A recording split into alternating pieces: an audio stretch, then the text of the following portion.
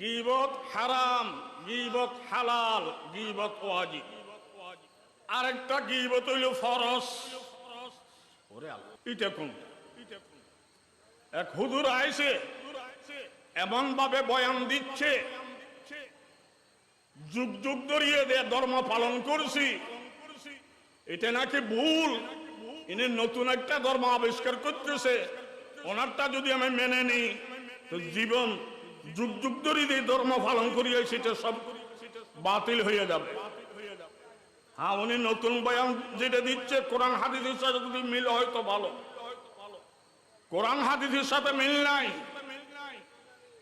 ভণ্ডামের মাধ্যমে বয়ান দিচ্ছে। হুজুর সুন্দর, স্মার্ট, ফাগরি, চশমা, হাজারি তসবি, কণ্ঠ ভালো, এমন বয়ান দিচ্ছে যেটা কোরআন হাদিসের সাথে মিল নেই।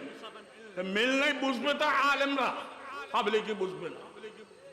ওই সময় আলেমরা ওই ভণ্ড মৌলবীর বিরোধিতা করা উদ্দেশ্য নয়, তার ভণ্ডামিকে তুলে ধরা ফরজ, জাতির ঈমান রক্ষা করার সাথে, ঠিক কিনা?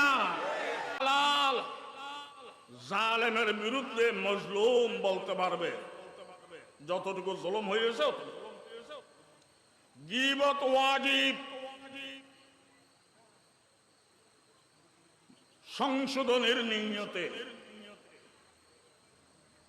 বাচ্চা খাওয়া দাওয়া করে স্কুলে গেল, মাদ্রাসায় নুরানিতে গেল, মা বাবা মনে করতেছে গিয়ে লেখাপড়া করতেছে, ওদের যে শিক্ষকরা মনে করতেছে আজকে মনে হয় অসুখ, আসতে পারে না।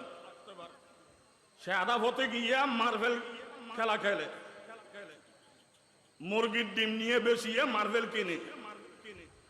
আসে না কিছু দুষ্টু ছেলে, মা বাবাও জানে না, ওস্তাদও জানে না।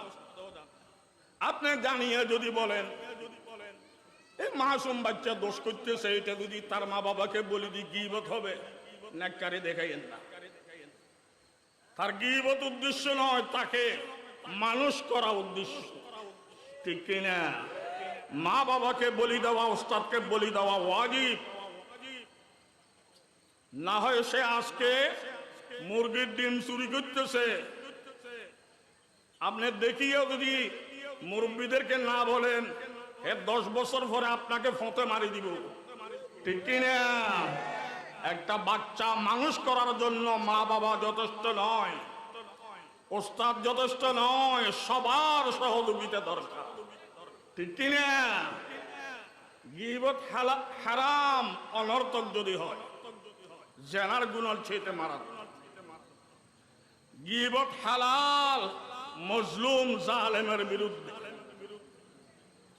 গীবত ওয়াজিব, জাতি রক্ষার স্বার্থে। এলাকার কিছু ছেলে ফেলে সিন্ডিকেট করিয়া এলাকায় কিছু জুলুম অত্যাচার করতেছে, আমি দেখছি। তাদের গীবত উদ্দেশ্য নয়, মানুষকে জুলুম থেকে রক্ষার উদ্দেশ্যে মেম্বারকে, চেয়ারম্যানকে বলি দেওয়া। এরা নিরীহ মানুষদের উপরে জুলুম করতেছে, সিন্ডিকেট করিয়া একটু বুঝাইয়া অথবা যে কোনো উপায়ে বন্ধ করে।